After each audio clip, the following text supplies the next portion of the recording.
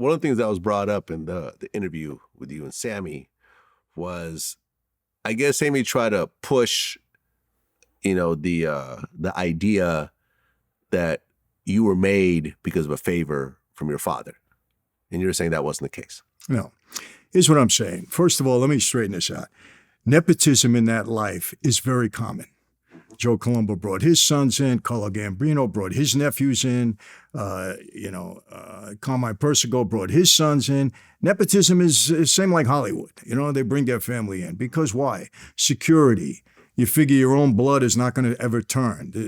That's who you're going to promote. So that is across the board. Now, my dad proposed me, and what Sammy is saying is that I went in the first bunch. I was the first group that got made after the books were open, right, in 75. Right. They were closed for 20 years? Yeah, about 20 years. And Sammy said there was guys that were waiting 20 years that should have jumped ahead of me because maybe they did more work. And I said, Sammy, look, my father had a lot of respect. He got a 50-year sentence, never opened up his mouth. He was the underboss of the family at one time. So if he proposed me at that point, I still had to prove myself. They weren't going to just say, okay, we'll do Sonny a favor and you're it. No. I mean, I spent my recruit and pledge period and I did whatever I was told to do. And at that point in time, a determination was made, hey, we're going to make this guy. How long was the pledge period? A little over 2 years. Quite a while. Yeah. And they sent you on a lot of missions during that time? I had to prove myself. Absolutely. Was there ever a time where you were like, I'm not doing this shit. This is just too crazy? Vlad, I once my dad proposed me, I had two goals. Number one, help him get out of prison on a case he was framed on. And number two, be the best possible mob guy I could be. So whatever they asked me to do, I was going to do. I wouldn't question it. I may not have liked it, but I did it. I mean, without going into your particular situation, we talked about this in previous interviews, where if your mob boss tells you to go kill somebody, you have to go do it as a made man. As a recruit, not so much though, right? Well, no. As a recruit, you have to do it. I mean, this is... Well, no, meaning that the repercussions. So, for example, if a made man gets asked to do a hit and they say, no, I'm not going to do it, could they potentially get killed themselves? Yes. If a recruit gets asked to kill someone and the recruit says, I don't want to do it, would they still be killed, or is it, okay, this person's not going to be made and we're just going to distance ourselves? Well, look at it both ways. You're not going to be made, number one.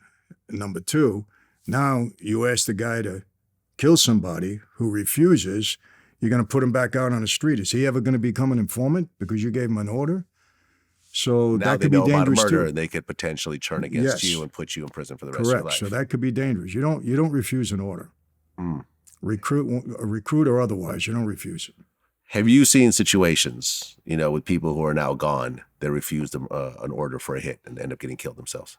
I've never seen anybody refuse an order. No. Really? No.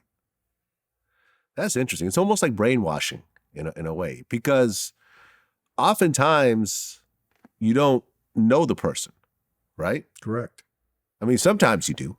Sometimes. But other times it's like, here's so-and-so out in Philly and, do they even go into detail as to what happens, or they just say, go hit this guy? No, I mean, they don't give you the whys or anything else. They just say this. Well, let me kind of clarify this. Some people think that every day on the street we're going out and baseball batting people and murdering people. No, it's not the case. Murder is taken very seriously in that life. It's discussed. The only one that can approve the murder formally is the boss. That's it. It's his order, yes or no. So it's taken very seriously. It's not random stuff that just happens every day. That's number one. Number two, a lot of times for a security reason, you'll be given a hit that you don't know anything about. You don't even know the guy. And they don't give you any of the details, and then that's for security, because you don't know what happened. If you ever got, pinched for it, I don't know why this guy got. I don't know anything. You can honestly say that. They don't want to give you that information. So, and then there's other times when you'll know straight out, hey, this is the reason why.